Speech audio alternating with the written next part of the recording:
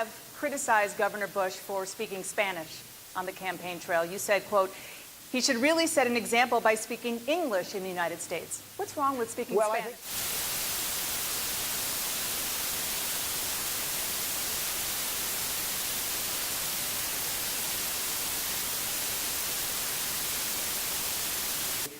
We have to have assimilation. To have a country, we have to have assimilation. I'm not the first one to say this, Dana. We've had many people over the years, for many, many years, saying the same thing. This is a country where we speak English, not Spanish.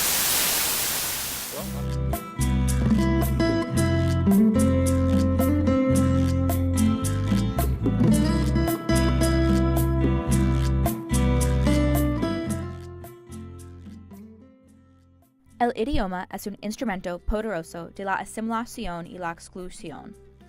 En los Estados Unidos, el inglés representa una frontera de la identidad nacional.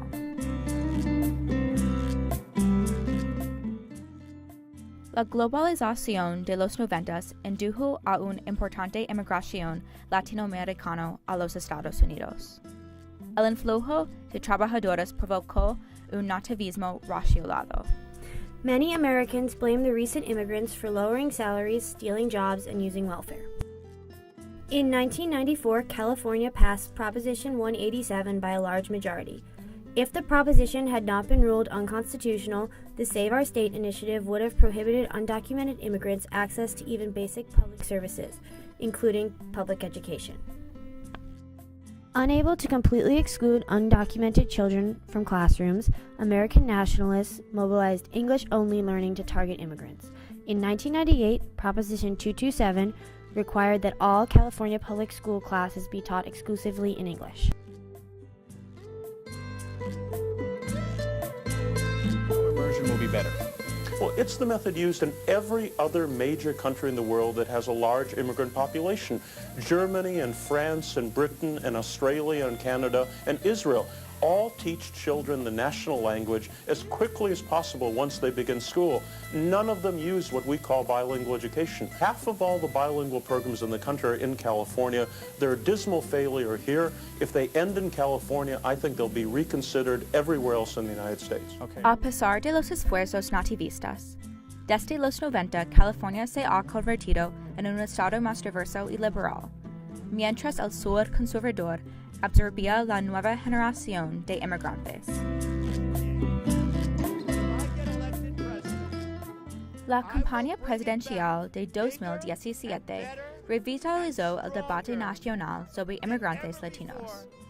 El candidato Trump fundamentaba su campaña en la xenofobia y la apelación a la supremacía blanca.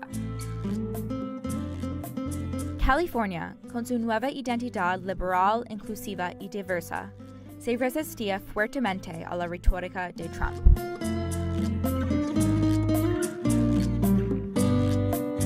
En el mismo día que Trump ganó la presidencia, California entonces aprobó el proyecto de ley 58. Proposition 58 allows school districts to offer bilingual education rather than teach non-English speaking students in English only. Para él, el proyecto de ley 58 es una victoria para la inclusividad y diversidad. Permite que los estudiantes aprendan en su propio idioma, en lugar de quedarse atrás porque no entienden al maestro o el material.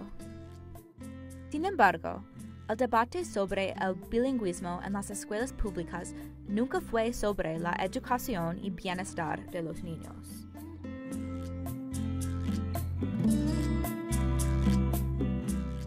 Reconocer el idioma de los inmigrantes no significa necesariamente la aceptación de su cultura y persona como una parte integral de la identidad estadounidense. They are still, after all, learning traditional American curriculum, history, and values.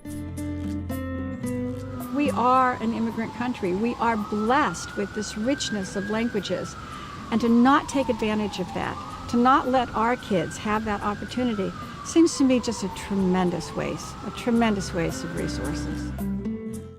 El gesto simbólico de aceptar el español en las escuelas no significa hispanofilia. Para imaginar un futuro que incluye culturas latinas en el proyecto americano, las escuelas deben incorporar lo latino en su currículo general. Ahora hay más latinos en California que blancos. La próxima cuestión no es si debemos permitir español en las escuelas, sino cómo podemos mostrar la diversa realidad.